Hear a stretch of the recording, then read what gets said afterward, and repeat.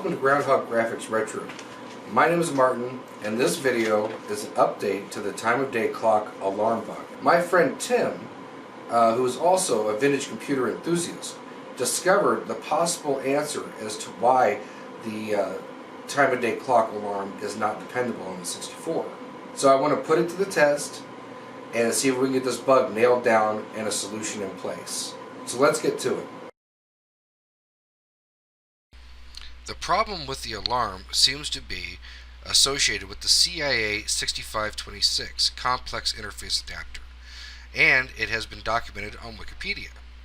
I will place a link to this page in the description of this video. Let's scroll down and take a look at the section of this page that describes the error. So here we are under the time of day clock section of this Wikipedia page, and near the bottom here it says, in addition to its timekeeping features, the time of day clock can be configured to act as an alarm clock by arranging for it to generate an interrupt request at any desired time. Due to a bug in many 6526S chips, the alarm interrupt request would not always occur when the seconds component of the alarm time is exactly 0. The workaround is to set the alarm's tenths of seconds value to a 0.1. So now that we know that, let's go ahead and try to reproduce the problem, the bug, and see if this doesn't fix it. Okay, so here we are in my clock trainer program, and I just got the alarm to once again not work. Typically, if not always actually, once the alarm fails to work, it always fails to work until you reset the machine. So now I will demonstrate the alarm not working, and then we will attempt the workaround mentioned on Wikipedia. Okay, so I'm going to go ahead and I'm going to set the alarm. So we will begin by poking CRB, control register B, with 88, which will set the most significant bit, as you can see right there. Now we can set the alarm time, so I will go poke the hours with 1 a.m. well, just 1, which would be 1 a.m. and minutes with 1, seconds with 0, tens of seconds with 0, and then I'm going to poke CRB. I'll poke it back with 8 and hit done. So now what I'm going to do is I'm going to poke the minutes, just the minutes register, and poke that to 0. So 1 minutes, 0, done. Now let's see if the alarm goes off.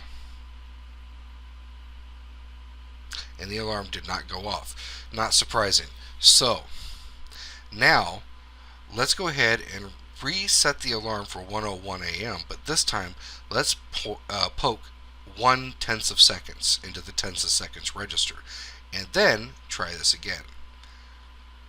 Poke CRB 88 and poke the hours with 1, poke the minutes with 1, seconds with 0, and tens of seconds with 1. And then we will poke the CRB with 8, and then we will poke the minutes with 0. Done. So I'm going to go ahead and fast forward this a little. Okay, now let's see if it goes off.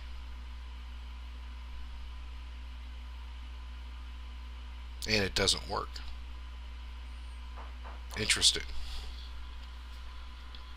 Okay, so here I am now on the real hardware and not an emulator to see if we can make this work.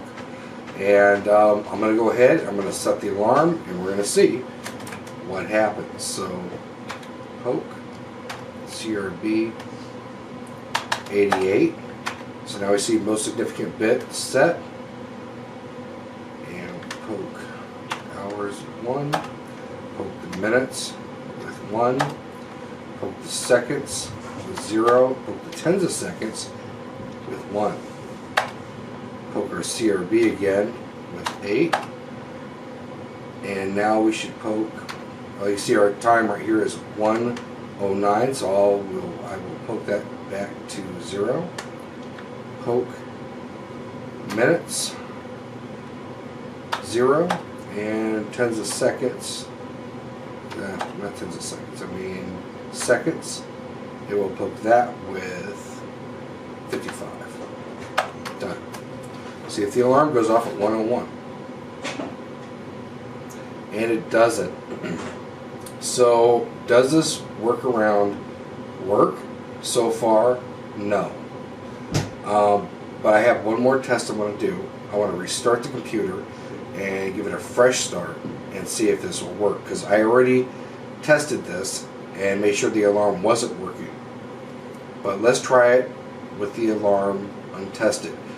That's the best I can do at this point. Okay, so here we are now with a fresh reboot. Now I'm going to go ahead and I'm going to set the alarm, and then I'm going to nudge the time and get the time to work, and we'll see what happens. So I'll set the alarm with 1/10 of a second. Hopefully it'll work. So we poke CRB 88, poke hours with 1, minutes with 1, seconds with 0, tens of seconds with 1, and poke CRB back with an 8, and we will poke.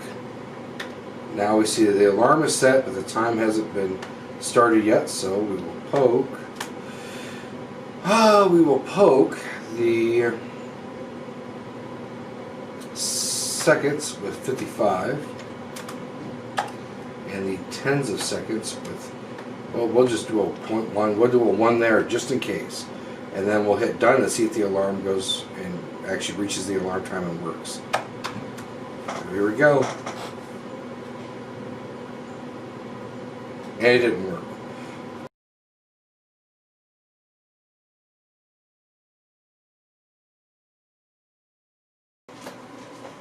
Okay, well, I did the best I could, and I followed the directions the best I could from Wikipedia page. I've set the tens of seconds to a 1 for the alarm. I've set the tens of seconds to a 1 just for the time. I have done it on real hardware. I've done it on an emulator, and neither one seems to produce results that work. So all I can say is that there is, at this point, not an easy way to get this alarm to work unless you do it in software. So I'm sorry it didn't work out, but I do thank you guys for watching. Please like, subscribe, and I will see you in the next video. Bye.